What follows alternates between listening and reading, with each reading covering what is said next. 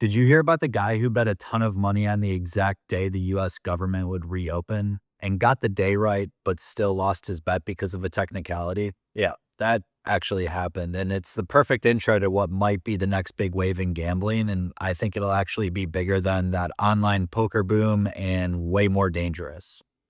Because prediction markets aren't sports betting, they're not stocks, and they're this weird hybrid in between. They're watered down day trading mixed with sports betting dopamine, and they're about to explode. So let's break this down cleanly because most people don't understand how prediction markets work. A prediction market lets you bet on real world events like, will inflation rise this month? Will the Fed cut rates? Will it rain more than an inch in LA on Friday? Will a celebrity break up? Will the government shut down? Will a product launch get delayed? Everything becomes a yes or no question, and every contract settles at $1 if you're right and 0 if you're wrong. If yes is trading at 70 cents, the market thinks there's a 70% chance it happens. If you buy yes at 70 cents, you make 30 cents profit if you're right.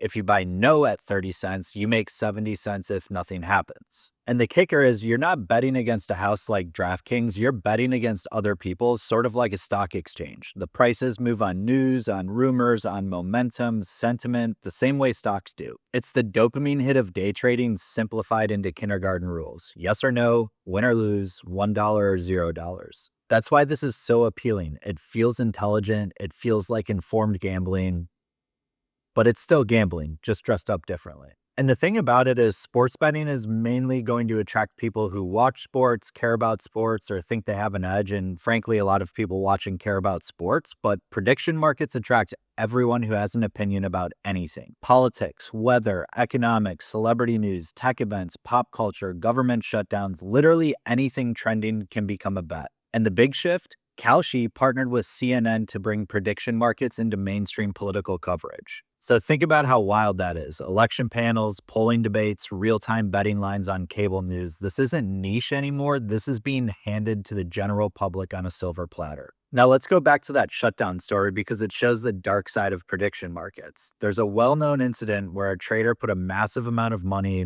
people say tens or hundreds of thousands, on the exact day the US government would reopen, and he got the day right. He nailed it, but he still lost his wager. Why? Because prediction markets don't settle on what feels true. They settle based on a specific data source and a specific timestamp written within the contract rules. So in this case, the market didn't settle when politicians announced the government was open. It settled when a specific government website updated to reflect that the shutdown had ended. So the announcement happened on one day, but the website didn't update until the next morning. And even though he predicted the correct reopening date, he lost the entire bet on a technicality.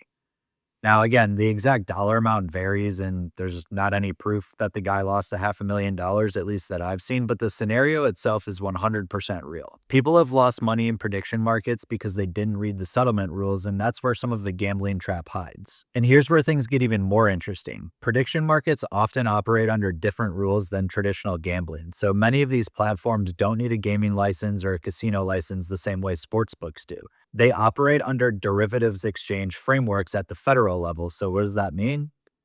They're legal in most of the country. They don't have to follow strict state level gambling restrictions, and most allow users as young as 18 years old. You don't need a casino app. You don't need geolocation. You don't need to be in a sportsbook approved state. If you're 18 with a debit card and internet access, you can trade prediction markets. This is a massive gateway for young people. And let's be frank, young people are already at high risk for gambling addiction. Some of the studies out there show between 0.2% and 12% of youth meet criteria for problem gambling. And among adolescents who gamble online, 23 to 58% show risky behavior. One study found that most 17 to 24-year-olds gambled in the last year, which isn't inherently a problem, but something to keep an eye on. And 1 in 6 parents say they wouldn't know if their kid was gambling online.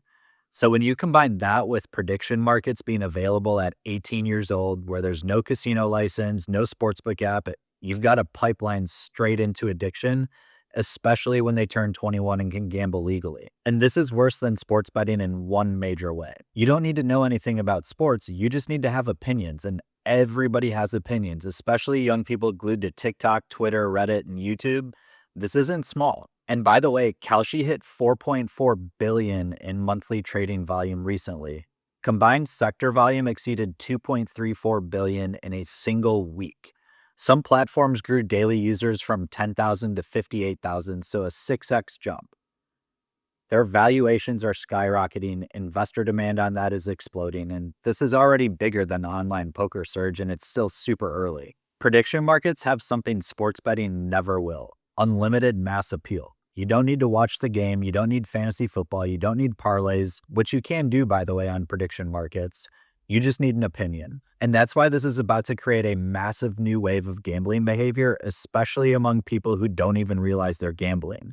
It's fast, it's easy, it feels smart, and it's everywhere. So yeah, prediction markets are about to explode. They feel like logic and they feel like you're being informed, but underneath, it's the same dopamine loop as every other addictive form of gambling. It's just packaged in politics, news, and world events. And for the next generation, the teens, college students, young adults, this could be the exact thing that pulls them into gambling without them ever touching a sports book or going to a casino. If you want more breakdowns like this, make sure you subscribe. I talk about gambling, addiction psychology, and the systems that hook people without them realizing it.